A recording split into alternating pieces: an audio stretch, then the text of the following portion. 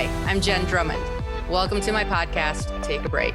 Take a Break is about enhancing and preserving the greatest asset you have, you.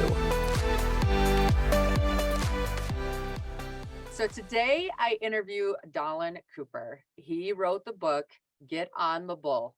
And this book, at first I thought, bull riding and business, but he does such a great job at taking examples from the bull riding community and applying them to leadership principles and running business principles. Today, we explored more on service, patience, how you can implement intentions, and just a fun conversation to have. So I hope you enjoy as much as I did. So I read your book, which is called Get on the Bull. I thought it was absolutely amazing. Tell me what made you decide to finally write the book. So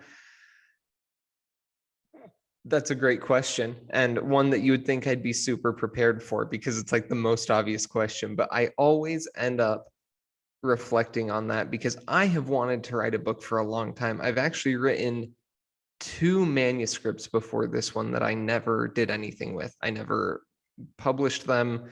They just died.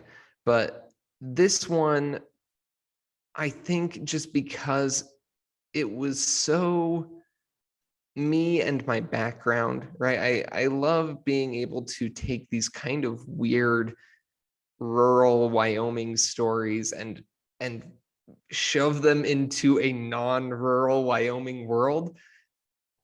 I love getting to take the bull riding and the shepherd and the alpaca training stories and take them to like corporate conferences, people who are like so not in that world. And there's something just really fun about that to me. And I think that's part of what helped me actually just get this one done, is just the idea of having fancy people be reading a book about bull riding and leadership. Like, it just called to me. Yeah, no, I love the contrast. And I think you did such a great job of implementing how it does apply. Like even the start of your book, you had this section on called implementation intentions. Instead of this elevator, look for the stairs, or always find stairs to go up to the next floor is kind of what I took away from that. And I'm starting this challenge called the Vertical 40. And it's about getting vertical every day. And I'm going to have people climb a mountain with me called Mount Sumantri. And for me, it is, how do you get that extra vertical in every day? You look at what you're doing and you find ways to get it in without even making it difficult. So instead of taking the elevator, I'm going to take the steps. And now all of a sudden I have 20 more feet on my vertical count for the day. I think that implementation intentions are secretly the message of this book, right? I've talked with a lot of people about it now, and let's be honest, none of the principles are very revolutionary, right? I'm not the first person to be like, hey, good leaders should be honest. Whoa, changing the world there, Dallin, with your crazy and radical ideas. Like, that's not new. Grit isn't new. Service isn't new. Servant leadership has been around forever. I'm not the first person to say that leaders should serve those they lead. Like, none of this is crazy.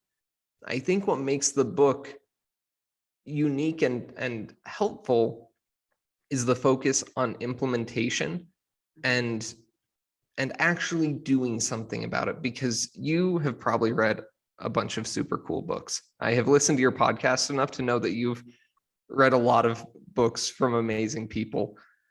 But so often I read the books and I think, wow, that's super cool stuff. And then I go on with my life and I change literally nothing because we're stuck in habits.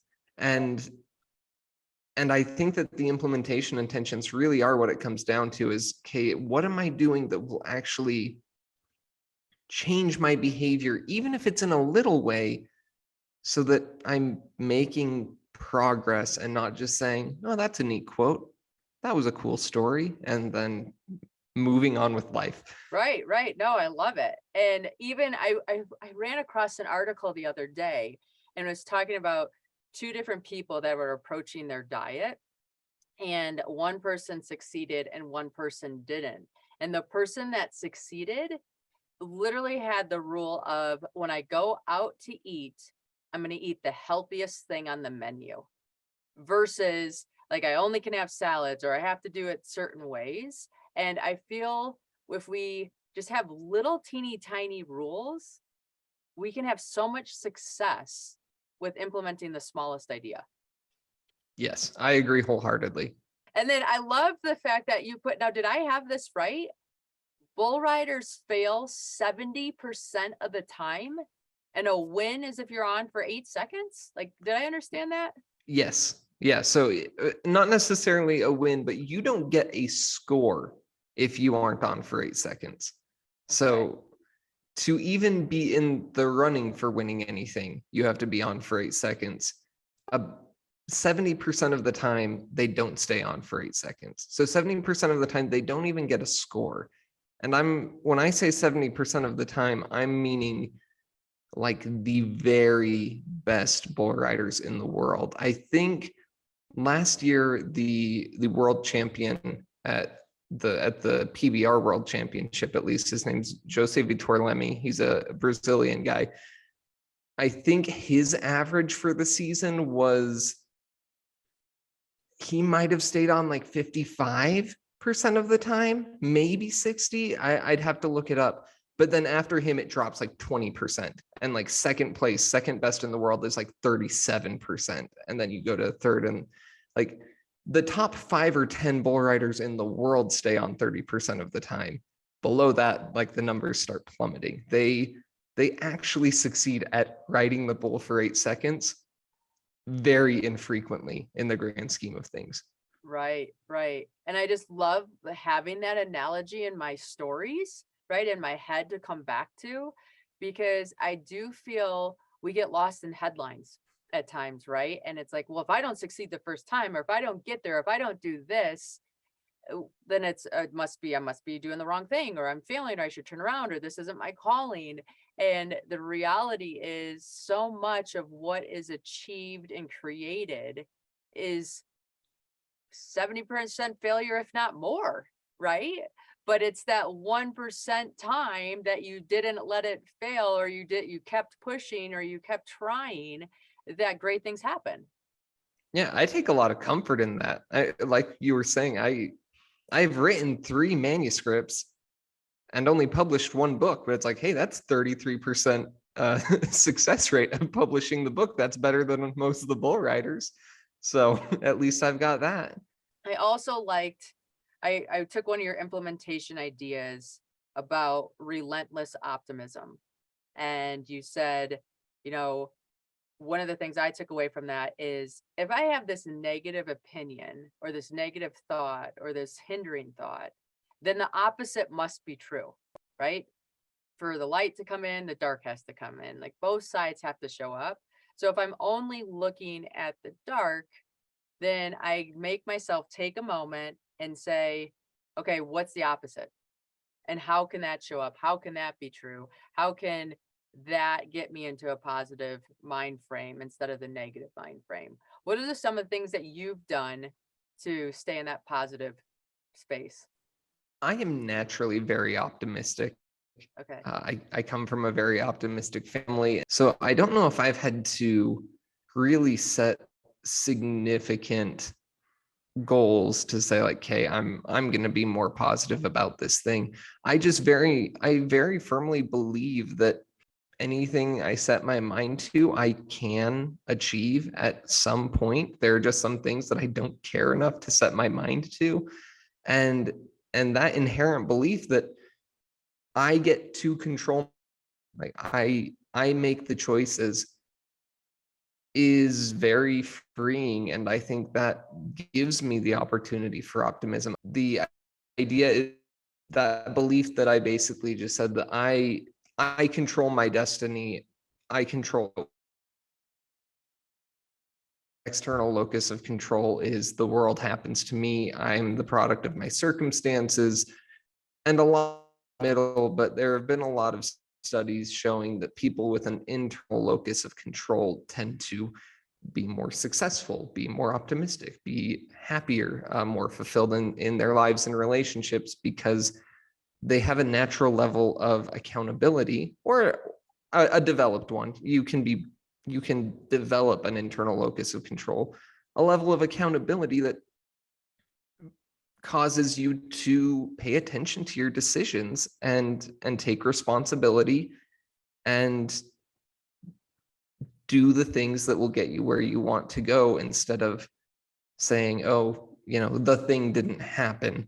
It's about making the thing happen, or choosing to make things happen. I like that. I also like the story, which I'm hoping you can elaborate on a little bit in your book, about the friend that has the free falling perspective. Yes, Tony Seidling. That was a really fun interview. I bet. So just to give context to all the people listening who haven't read this book, Tony Seidling was a bull rider, and he's one of the guys that I interviewed for the book. And his story ends a lot like many bull riders' stories do, where they're young, much like playing in the NFL or something. Bull riding is something you can only do for so long before your body starts saying, like, hey, you will die. So he eventually reached a point where he had a really rough ride, and he cracked his skull, and I believe he broke some vertebrae, and he was in really bad shape. And he was married, he had 3 kids, and that was a wake-up call to him, that it's like, you are not a spring chicken anymore. And if you keep doing this, what's going to happen to your wife and your 3 kids when you're paralyzed or whatever? So he decided that he wasn't going to be a bull rider anymore. But Tony is an adrenaline junkie, apparently, because the first thing he did was go skydiving, and he loved it, and he became a skydiving instructor, and he has since taught thousands of people how to skydive. And he's still skydives to this day. I think that he's probably in his 50s, if not a little older. I'm hoping I'm not wrong there. I'm sorry, Tony, if you're listening, if I'm aging you wrong. But so he still skydives a lot. And he talked about where he saw people, as he was teaching them how to skydive, people had 2 different reactions. On some people, like, everybody is afraid when you're skydiving for the first time. Nobody is sitting there just like, I am completely comfortable with jumping out of this plane, because our bodies are screaming at us that this is not okay, which you are probably familiar with, because you've probably had some moments standing on the edge of a mountain where your body is just like, Jen, no. Bad idea. Abort, abort, abort. This is how you die. Have you noticed you can't breathe and that you're freezing? Like, quit this nonsense. So skydiving, same thing. We have this instinct where it's like, no, I want to be safe and I want to be comfortable. There's this natural, kind of selfish part of us that just always wants to be safe and wants to be comfortable. And Tony noticed that when some people had that fear reaction, their first instinct was, how do I get safe and comfortable? And that's all they focused on. And they focused on getting back to the ground. They did not enjoy the experience, and they just wanted to be safe. But what is ironic is that the more they focused on trying to be safe and get back to the ground, the more mistakes they made, and the more likely they were to do something that wasn't safe and that was going to get them hurt, because they weren't focusing on what they were doing. Right? Like, once you've jumped out of the plane, there's no going back. Like, you're falling. That's how it goes. Once you're on the bull, there's no going back. When you're at the top of the mountain, like, you're there. You have to get down. You have to ride it out. And these people didn't focus on skydiving. They were focusing on landing. Get me back to safety. And so they made mistakes. They had issues. They didn't have fun, for sure. Mm. Whereas the people who focused on skydiving, who were able to harness that fear and say, okay, I'm afraid, but I'm not going to let that, sometimes I call it like the lizard brain, right? That like primal part of us that is just get me safe, get me comfortable, the instinctive animal urges, they don't let that take control. And because of that, they're able to do better. They're able to be successful. They're able to skydive well. They enjoy the experience, and they land safer. They are less likely to be injured. Everything, all the results are better for the people who don't give in to the fear. That isn't saying that they aren't afraid, because everybody's afraid, right? We all get afraid, but they don't let their fear control them. And I just thought that was a great story. And he is the one who coined the term free fall thinking, which is what I use in the book, which is when you're making decisions based on fear, and you're making decisions based on get me out of here, get me comfortable, get me safe. And in the book, that's used to talk about honesty. Yep. Because when we lie, it's free fall thinking. We're in a difficult situation. Something's making us uncomfortable. We're being confronted with a mistake, and our brains are like, "Ooh, social conflict, not fun. I'm scared. Get me out of here. Make me comfortable. Make me safe." And the quickest path to comfort and safety is lying. Just pretend it didn't happen. Tell them what will make them happy. Tell them what they want to hear. But that doesn't make you successful. That doesn't make good relationships. It doesn't get you to the ground safe. I have really thought about free fall thinking a lot since that conversation. That could probably be its own book in and of itself. Like, no, I agree. Like, I read that and I just love the terminology of free fall thinking. And then it allowed me to play it into my life and say, my best experiences have been, I'm on a mountain. It's supposed to be scary, but I'm doing it as safe as possible. So I'm on a mountain. Let's have fun. Let's enjoy it. Let's see what we can do, instead of the entire time trying to like mitigate or have a war with my fear, right? Like I literally just said, the fear is going to be here. We can still go. We can still have fun. I'm on a mountain. It's supposed to be scary.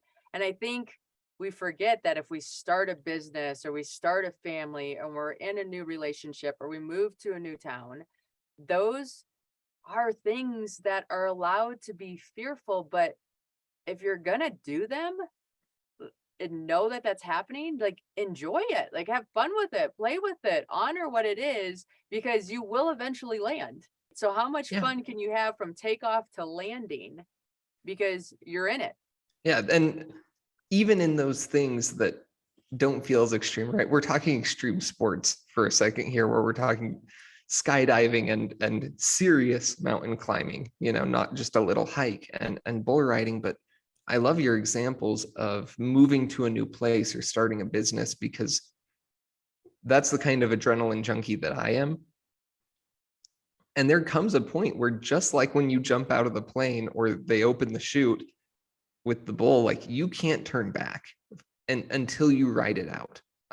There comes a point where you commit to some degree to whatever it is that you're doing, maybe a relationship. There comes a point where you commit enough to a relationship that there's no going back without moving through some measure of discomfort. I always laughed a little when my wife and I were dating, because people would say, "Well, do you think you're going to marry her?" And I was like, "What do you think dating is?" Right? Like, if I knew I wasn't going to marry her, we'd break up. And if I knew I was, I would propose. Yep. The fact that we're here implies that I don't know, but there's no way out of that relationship without doing something scary, right? You either have to have the breaking up conversation, which isn't fun, or you have to propose, which is terrifying. Right? And is a huge commitment. Like you have reached this point where one way or another, you're going to have to make a big move and do something somewhat intimidating in order to go either direction. Right. So why not enjoy the experience, be present, do the thing, and move forward with it as it comes, right? Like, don't get caught in free fall thinking where you have an existential crisis because now someone's asked you if you're ever going to get married. It's like, there's no point in this. When it's time, it will happen when it's time. Let me just enjoy this moment. Yeah. this is another, like, this is probably one of my favorite parts of the book. I wrote down this little note. Now, whether you'll be able to give us a little context of it, but I love the part where you said the purpose, or this is what I internalized. The purpose of a company is to overcome a problem, right? So a Mhm. problem is what gives birth to the creation of a company to solve it. If we didn't have the problem, we wouldn't create the company to solve the thing, right? And Mhm. everything in our lives has evolved from, oh, the light bulb was invented because we didn't have light and we wanted to work at night or be able to do things inside our house when it was dark. Like, if we think about all these great technologies that are out there, these advancements that we've had, it's because we no longer were okay with the problem. And I a lot of times feel sometimes, or I feel we can get caught into the idea of the problem's the problem. But reality is, and history has told us, that the problem is the path to the solution. Instead of getting overwhelmed by the problem, notice that the problem showed up so that we can solve it and create new and more and better. And I really love that aspect of your book. I'm really glad that you got that from the book. I feel like that was more insightful than what I wrote, but I don't think so. I I, don't uh, think I I did give myself an out. Anytime someone says something wonderful and insightful from my book, there's a part in the perspective section where I say, like, you as the reader are going to be making connections and getting things from this book that nobody else will get and that I didn't even know I was putting in when I wrote it, because that's how cool human perspective is, right? We each have a unique one, and I can write something thinking this is what people will take from this. And then someone else might read it and take something completely different that they need to hear so. that I never would have guessed, which is so cool. That's one of my favorite things about just books and human interactions in general, is that they're so unique. And that's something that you have probably seen as you have traveled to, is every continent? Yeah, I don't almost. know. Yeah, almost. I still have to get to Australia and then I'm good. Like, that's, you have probably seen so many different cultures and people and experiences and gotten to see those perspectives, which I think is one of the most useful things that people can do, is to see and experience perspectives outside their own. Oh, 100%.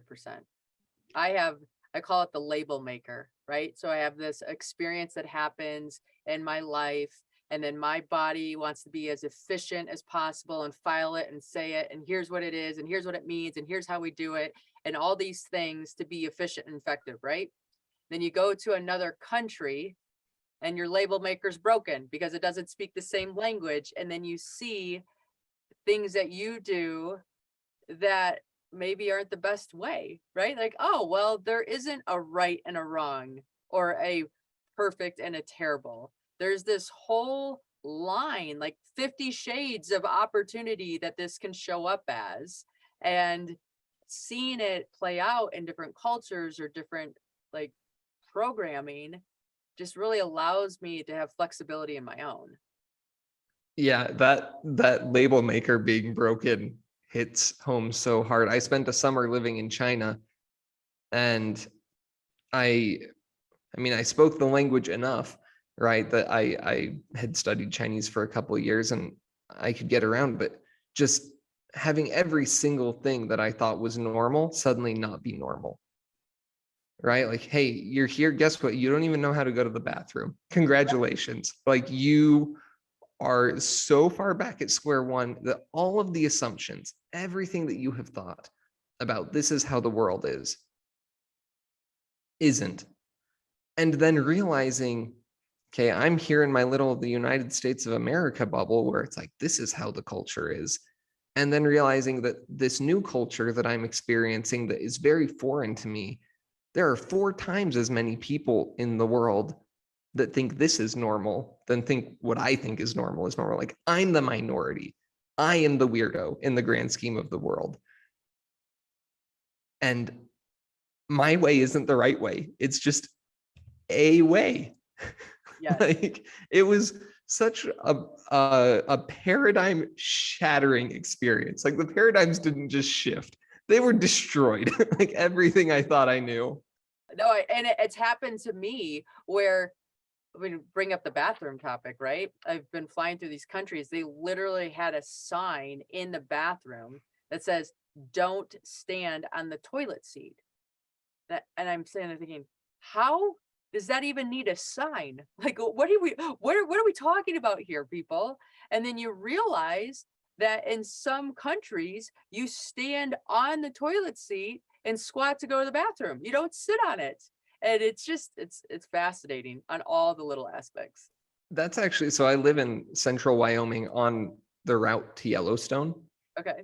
And so that was something that I grew up very much exposed to, and people would complain about tourists a lot because you in like Jackson Hole, which is not far from me, and Yellowstone, you have a ton of tourists and you have a lot of issues around bathrooms, right? So you have signs saying like, don't stand on the toilet seat, don't throw your toilet paper on the ground, like don't do all of these things that you're just thinking like, how is this confusing? And then you have a lot of people who get severely injured by animals all the time, right? Like every single year, there are many people killed by buffalo in Yellowstone or severely injured by buffalo because it's like, look, big cow. And it's like, no, not a big cow, way scarier than a big cow. And it wasn't until I went to China that it was like, oh, look, I need a sign telling me how to use your bathroom because you can't flush your toilet paper here. And also, those filthy Americans actually touch the toilets. How gross is that? And I went to like their version of a national park, and there was a deer, and you could just walk up and pet it. Wow. And all the animals, you could just touch them. And if it wasn't safe to touch them, you couldn't get to them. Like there was a tiger sanctuary that we went to. I don't know how sanctuary it is by United States standards. I'm not sure on like the ethical compliance of that tiger sanctuary, but I know that you could buy a live goat to feed to the tigers if you wanted. Oh, But wow. you couldn't, it's not like you could touch the tigers. There were cages and bars and like you were not getting close. And I had this epiphany where I realized all my life I have heard people making fun of all the Chinese and other, even like, California, New York people who haven't been around wildlife a lot. All the tourists who come to Yellowstone and get themselves hurt. And I thought, but man, if I have grown up here where my whole life it has been reinforced that if you can get to the animal won't hurt you. Yeah, you can walk up and pet the deer. Like if I've spent 25 years, 35, 60 years petting deer out in the forest because that's fine here, and then I go to Yellowstone and see a moose and I'm like, ooh, what a cool deer, I should go pet it. Yeah, of course I'm going to think that's fine. Right. And again, it was just such an interesting reversal. And I've had to tell that story so many times since coming back, being like, no, guys, these people aren't idiots, right? Because everybody in the greater Yellowstone area is like, why are these people so stupid? Why do they get themselves killed trying to touch a clearly angry buffalo? And it's like, they aren't stupid. They just have a different experience. They have a different perspective. And you would probably do just as stupid of things if you were suddenly dropped in a city of 12 million people because you come from a tiny little rural town in Wyoming, and you would do something that the people in the city would be like, why does that guy want to get killed? Right. You're right. But because you don't know that world.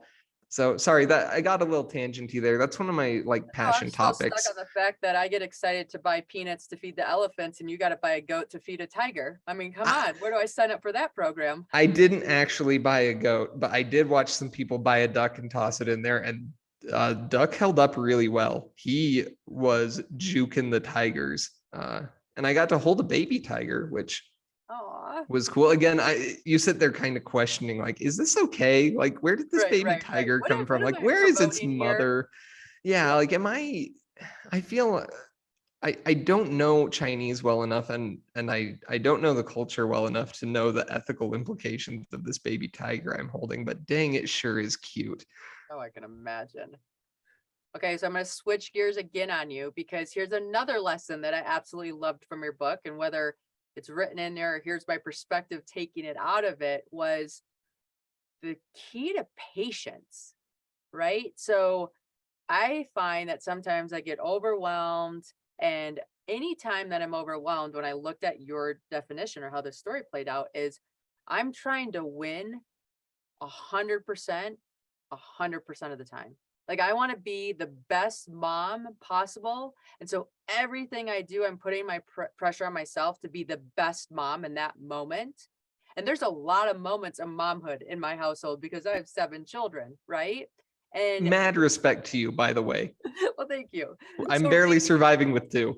hey, we all have our stories. So the interesting thing for me was the patience and just allowing little teeny tiny moments. Don't have to be perfect. You just have to be present. You have to show up. And the accumulation of those makes you an amazing mom. It's not being amazing in every moment. It's being present and available and trying in every moment, but allowing yourself room, maybe be 80%, maybe even 40% is winning sometimes. But the accumulation of all of that creates a great mom, not just being 100%, 100% of the time. Yeah. I thought that was such an amazing insight. And again, just like with Tony and free fall thinking, I feel like all of the best insights came from the people I interviewed, and I just had the opportunity to collect them. That one came from Seth Glaus, who is, again, former bull rider and current rodeo coach. And when I interviewed him, he was like, "Oh, I don't know what I'd even tell you that would matter. Like, I don't have much to say. Like, I'm not full of great wisdom." And I was like, "Oh, Seth, you are so wrong. You have, like, that was a gem." And just again, for the listener who maybe hasn't read the book, the story is that Seth came back from a shoulder injury when he was so close to winning the national finals rodeo. And he was determined that after he recovered from his injury, he was going to do it that year. And so he got on every bull like that was the bull that was going to make the difference at the national finals rodeo, thinking that it was the only thing that mattered in the world. And he said that he was trying to win the championship on every ride, and that ended up being his undoing, because he pushed himself so hard, so fast, and so much that he just kept getting injured, and he never even got to make it to that point where he had that opportunity to be the best in the world, because he hurt himself before he got there. And I mean, we can get into the stereotypes of the hustle culture or the burnout. I know there's the whole quiet quitting trend going on right now. I definitely hear you on the mom front, just because I see it in my wife, who is an absolute superstar. And there was just a day last week where I said, "Katie, you just have to take a breath and accept that it's okay if everything doesn't get done." Right? Like, so the floor doesn't get swept. What happens? And she's like, "The floor's dirty." And I'm like, "Yeah, the floor's dirty. Like, it's okay. Like, we'll sweep it tomorrow. It'll be all right." And if you try to do everything all the time, all at once, like, you'll just drive yourself insane. And I think we all know people, sometimes ourselves, that we can look back and be like, "Oh yeah, that's not good. That was not healthy. You are going to run yourself to death." Well, and here's like a Because funny thing. Like, I have this 80% rule now, because when I was training for mountaineering, or I was training for triathlons before the mountaineering adventure, my coach would be like, "I want you to go 100%. The minute my coach said 100%, I like tensed up, got nervous, like tried so hard that I was exhausted and not really getting the results that I wanted. But if I dialed that back to 80%, it gave me like room to play and feel and flow with whatever was being requested. And I actually ended up doing better with the 80% instead of the 100%. So my definition of 100% was so intense and so hard and so extreme that I knew for me to perform the way that I wanted to, I had to dial that back to 80%. And Yeah. I feel like this bull riding story was very much of, if you go 100% every time, maybe it's like your definition of it or how you internalize it, it's just too hard on your body, too hard on the balance of life. And going more for, hey, can I hold on for 8 seconds? Can I just, what can I make? How can I accumulate points by doing less and maybe even getting further? Yeah. Which isn't to say that there aren't times when you need to give 100%, Right. because there are. And I'm sure you've had those moments on mountains. I write about one of them at the World Finals with Eli Vastbinder, who won a bunch of money, but he did it while riding a bull with broken ribs and a Oh, dislocated shoulder like 3 times. And it's like, okay, that's your moment where you have to give 100%, even though you barely have 100% to give, but you only do it for a little bit, right? Like, and then you go home and you rest and you get better because you have given literally everything that you have got. If you give everything that you've got all the time. So I did this summer. I talked about it recently on a different podcast, but we had a baby in February. And around that time, for some reason, I started another business. I started a dog chew company because there was just an opportunity, and that's another story. But so we still have this fixer upper of a house. I had just finished Get on the Bull, and so we're trying to do the editing and the cover design and the promotion and getting it ready, like trying to do all of these things. And I was just going. I mean, 100% all day, every day. Like, you get home, you spend time with the kids, they go to bed, and the second they're in bed, you are working on the next thing until you are absolutely exhausted. You pass out, you get up, you start over. Like, every second just had to be jam packed. Not only was that terrible for my relationships, but I got just a little bit sick at the beginning of July, and I never got better. oh, I I bet. had a fever for like 6 weeks Wow. because there was just no anything. There was no room for me to heal or to rest or anything. And I finally had the epiphany, the no duh moment that anybody would have had way sooner, partway through July, that it's like, you have to do less. And I sold the dog chew company because I don't have this wild passion about dog chews. It was just a good opportunity. So I sold it. And once all of that was done and off my plate, within a few days, I was better. That's amazing. It was like a physical reminder of, if you tried to do too much, eventually you will just die, right? Like, Yeah. No, the your body's gonna body will tell give you. out. The body's gonna say, like, listen. Well, I mean, it's like anything. If you flex the muscle, you have to relax the muscle to be able to flex the muscle again. So we have to remember that in our lives. If we're gonna go, we can, but we also have to have the opposite so we can go again. Ooh, that's a good analogy. I Yeah, like you're that welcome to one. borrow it anytime. I'm also imagining someone like trying to climb stairs by like only pushing with their legs and never bending their knee and pulling it back up, and just thinking like, if I keep pushing hard enough, eventually I'll get up the stairs. And it's like, that's not how it works. You have Right. to you have to do Both both ends of the sides. mechanics so that it flows. No, I get it. But we're so inclined to do that in effort, where it's like, if I just try and work hard enough all the time without ever And then I'll double taking a down that break. effort. And then do that effort even harder. Do that effort even harder. Like, it not realizing the cycle of effort is lack of effort. Like, you need both pieces for it to work. And I know I'm preaching to the choir, since you literally named your podcast after that principle. Yes.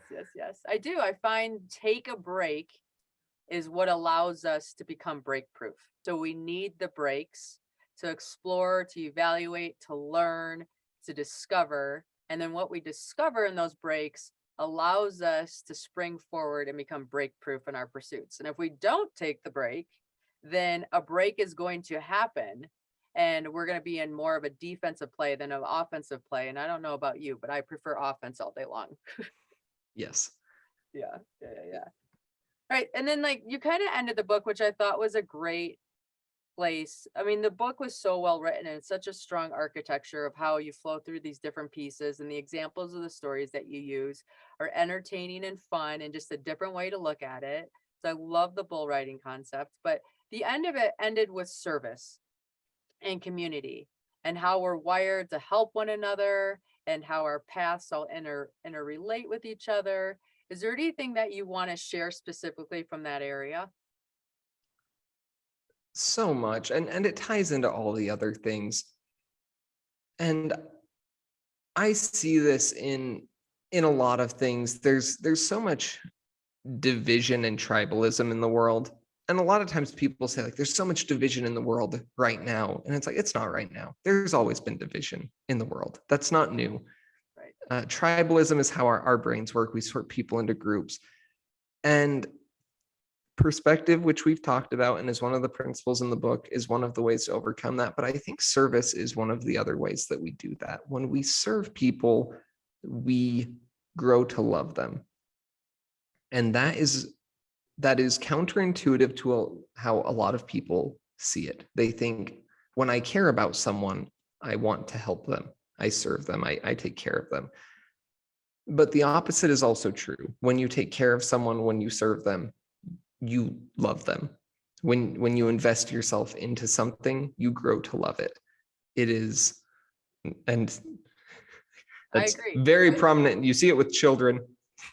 Yeah. You put so much into your children, and that's why people say it's like, wow, you cannot describe how much you love your children, because you've just poured so much into loving and serving them. That investment is so big. Sorry, I interrupted you a little.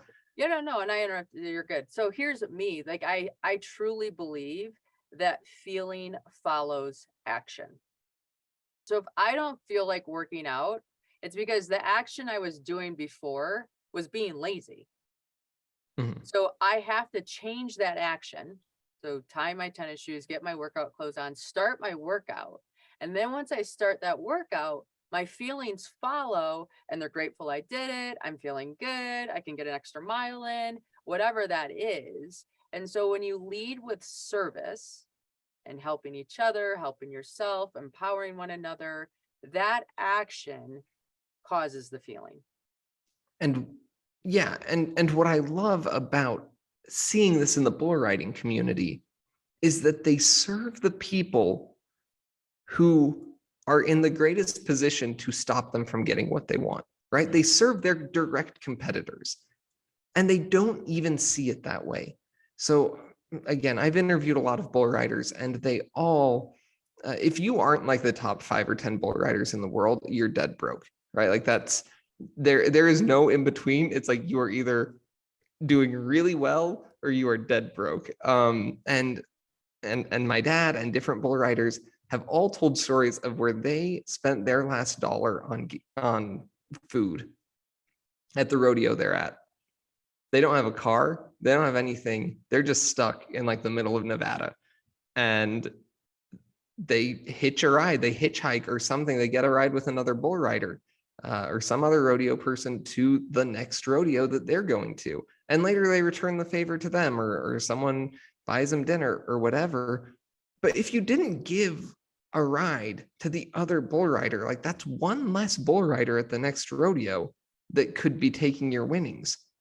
And you would think, well, you wouldn't want to take them with you. You're just bringing more competition, but they never view it that way. Right. They would all go so far out of their way to help each other. They'd help each other practice. They'd help each other prepare. I use the analogy of tightening each other's bull ropes. When you're sitting in the chute, you need someone to tighten your rope for you, and your competitor will come tighten your rope. And I just think that's so cool, right? Like, how often do you see businesses where you go to your direct competition and say, hey, let me help you out so you can get a little bit more market share here? It's like, nobody does that. Yeah, I No. don't know. I think we're starting to see a little bit more of it in the standpoint of, well, at least I feel in the self-help arena. Yeah. Because they realize that the more people that are involved, then the more publicity the area gets, right? Or the more energy that gets put into the thought or the business or whatever. And competition as between each other still brings awareness to that field. Does that make sense? Like I've Yeah. noticed that a little bit. And then even in this is what's unique about the mountaineering community too. We're at base camp and there's definitely competition between the different teams on who's going to get up there first or who set the ropes or who's got like the first ascents on these different pieces. But the cool thing is like once you're on the mountain, it is everybody working together, helping. They don't care what team you're on. They don't care who you signed up with or what country you're from or what sex you are.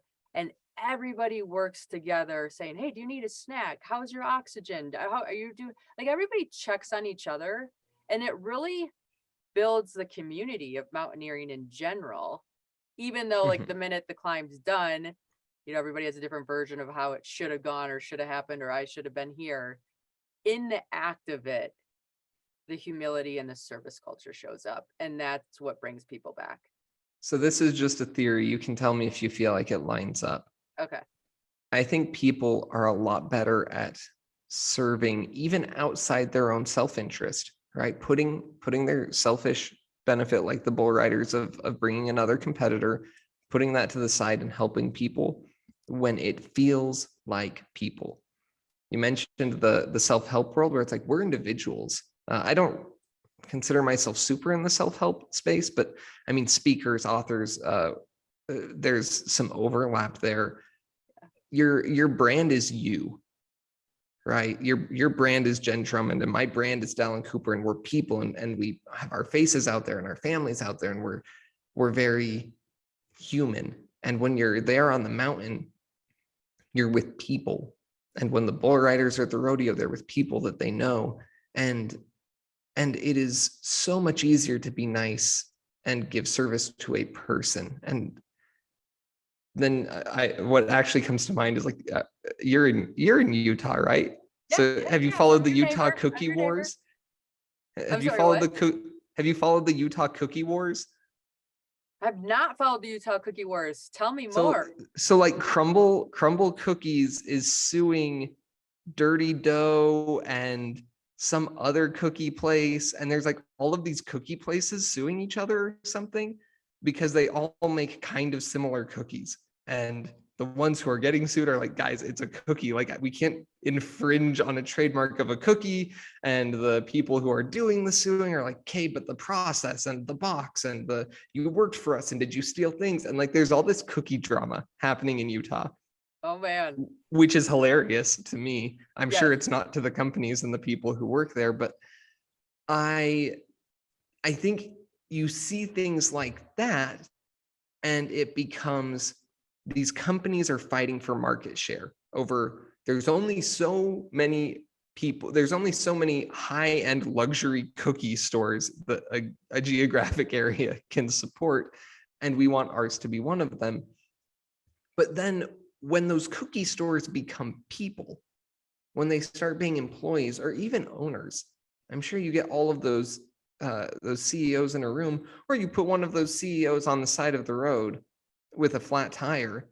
Like there's decent odds that the CEO who is suing him is going to stop and help him change his tire, because then it isn't about companies and Right. it isn't about finances or intellectual property. It's about there's a person and I can help them.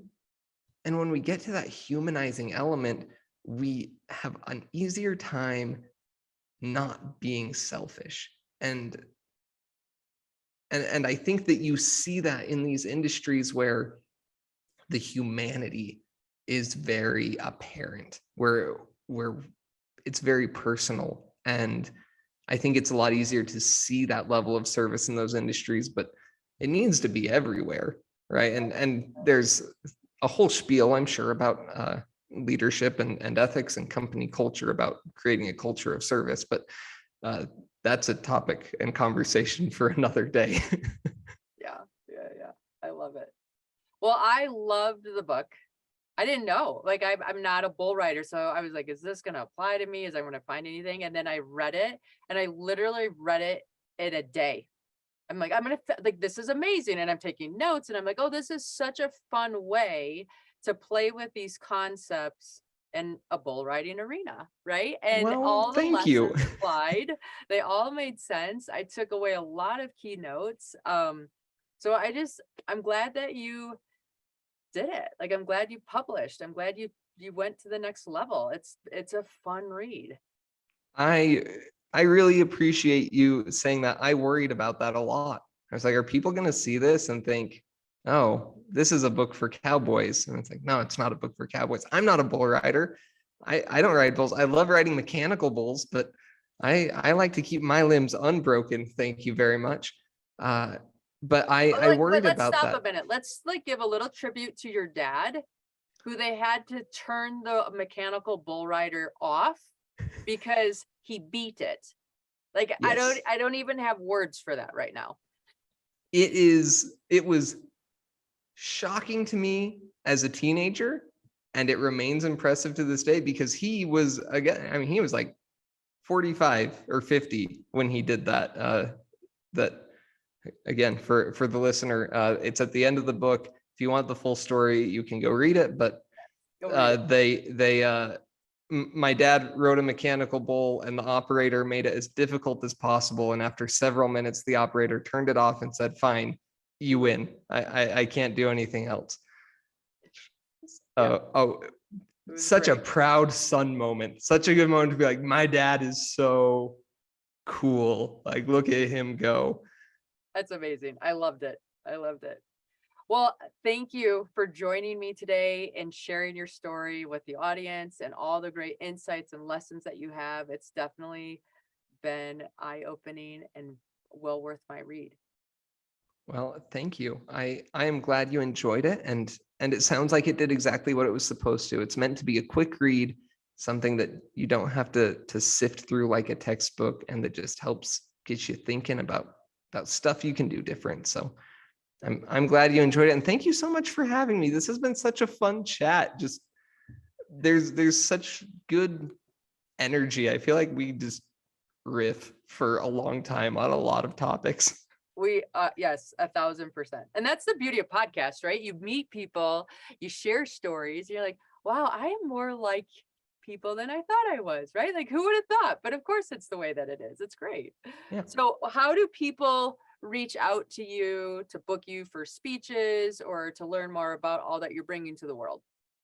So I am on LinkedIn a lot. That's Okay. kind of the platform I have chosen to do, partially because I'm just so done with Facebook as a concept. But so I'm on LinkedIn. I have a website, dallincooper.com, where you can learn about some of the stuff I do. You can get in touch with me for bookings and things like that through dallincooper.com. But if you want to interact with me as a person, LinkedIn is the place to do it. And if you want some more silly analogies and fun stories, I make YouTube videos just for giggles. They're pretty lighthearted, pop culture stuff, sometimes rural nonsense stories, trying to make leadership and ethics and stuff like that a little bit more bite-sized and fun. So you can come hang out with me on YouTube. I am definitely not like a YouTuber, but I'm trying to do what I can. So, but LinkedIn, YouTube, DallinCooper.com, and maybe one day I will have a podcast. It is in the works, but I don't know if that's like a launches in 2 weeks or launches in 8 months. So keep an eye out if you're interested. Follow me on LinkedIn if you want updates on that.